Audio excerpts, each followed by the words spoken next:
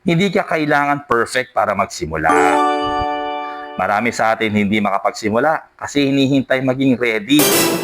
Pero real talk lang guys ha, hindi ka magiging 100% ready.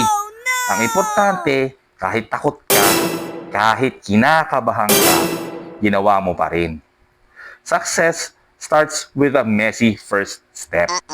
So lesson, don't wait for perfect conditions. Start now. Ngayon na. Kung gusto mo mabago ang sitwasyon mo, gusto mo mabago ang buhay mo, magsimula ka na ngayon.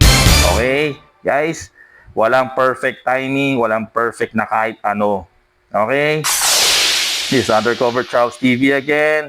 Kung nagustuhan nyo, please share. At mag-comment kayo sa baba para alam ko kung anong mga nasa isip nyo or kung ano man ang gusto nyong sabihin sa topic na to. Stay safe guys and God bless. Sayonara!